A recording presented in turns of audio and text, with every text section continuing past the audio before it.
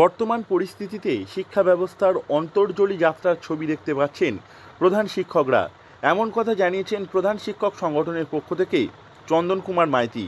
গরমের ছুটি ও নিয়োগ বাতিলের কথা বলতে গিয়ে এই কথা বলেছেন তিনি। উল্লেখ্য, সরকারি স্কুলগুলিতে গরমের ছুটি পড়বে 30শে এপ্রিল থেকে। 30শে এপ্রিল গরমের ছুটি পড়ার আগেও বেশ কিছু ছুটি পাবে পড়ুয়ারা।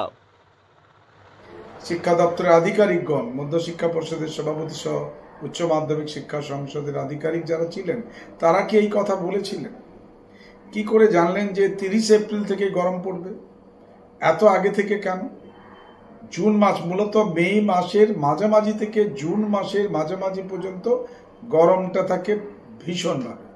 উত্তরবঙ্গে 30 এপ্রিল পর্যন্ত এক ধরনের সোয়েটার গায়ে দিয়েই বাচ্চারা স্কুলে আসে। তারপরে মে মাসটা পড়লে কিছুটা গরম বাড়ে। 10ই এপ্রিল মহাবীর জয়ন্তী, 14-15 এপ্রিল পয়লা বৈশাখের ছুটি রয়েছে স্কুলগুলিতে। 30শে এপ্রিল পর্যন্ত মাঝে অনেকগুলি রবিবার রয়েছে। 30শে এপ্রিলের মধ্যেই 12 থেকে 13 দিন ছুটি মিলবে। গত বছর প্রায় 2 মাস ছিল গরমের ছুটি। শিক্ষকদের একাংশের অভিযোগ ছিল যে প্রায় 2 মাস স্কুল ছুটি থাকার কারণে সারা বছরের পাঠ্যক্রম শেষ করা কঠিন হয়ে পড়ছে। এবার 30শে এপ্রিল থেকে শুরু হবে গরমের ছুটি। জুন মাসে সেই আর্দ্রতা এত ভীষণ বাজে জায়গায় যায় যে আমাদের গরমে হাঁসফাঁস করি।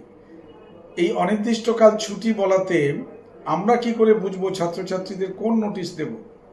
এটা নিয়ে আমাদের মধ্যে একবারে কি বলা যায়, প্রতি বছর এটা হচ্ছে। এরকম 11 দিন পর্ষদ রেখে দেয় আর সেটা দেখা যায় যে 2 মাস কাছাকাছি ছুটি আমরা পেয়ে। এই ঘটনা নিয়ে ক্ষোভ ব্যক্ত করেছেন প্রধান শিক্ষক সংগঠনের সদস্যরা। তাদের আরও দাবি, স্কুলের শিক্ষক শিক্ষাকর্মীর সংকট রয়েছে। তার মধ্যে এই পরিস্থিতিতে পড়াশোনা চালানোটাই একটা সমস্যা হয়ে উঠবে। দ্রুত এই পরিস্থিতি থেকে না বের হতে পারলে ভবিষ্যতে আরও খারাপ সময় আসছে বলে মত তাদের। ছুটির বিষয়টি বিবেচনা করে দেখা উচিত। এছাড়াও রাজ্যের সর্বত্র সমানভাবে গরম পড়ে না, ফলে বিষয়টি একটি জটিল পর্যায়ে পৌঁছেছে বলে মত তাদের। বর্তমান পরিস্থিতিতে শিক্ষা ব্যবস্থার অন্তর্জলি যাত্রা হয়েছে বলে মত তাদের। আবারও এরকম করে ছুটি করে যদি চলতে থাকে, শিক্ষা ব্যবস্থার অন্তর্জলি যাত্রা, যেখানে শিক্ষক শিক্ষিকা শিক্ষাকর্মী নেই, সে নিয়োগের রাস্তাও আমরা এখনো খুব একটা ভালোভাবে যে দেখতে পাচ্ছি না। বছরের পর বছর, এতদিনে প্রায় 10টা আরও স্কুল সার্ভিস কমিশন হয়ে যাওয়ার কথা ছিল, হয়নি। ফলত বেকারত্ব চূড়ান্ত, সেই জায়গায় হতাশায় ড্রপ আউট বাড়ছে, বাল্যবিবাহ বাড়ছে। এই বিষয়গুলোকে কখনোই পর্যবেক্ষণে রাখা হচ্ছে না। দক্ষিণ 24 পরগনা থেকে নবাব মল্লিকের রিপোর্ট, লোকাল 18 বাংলা।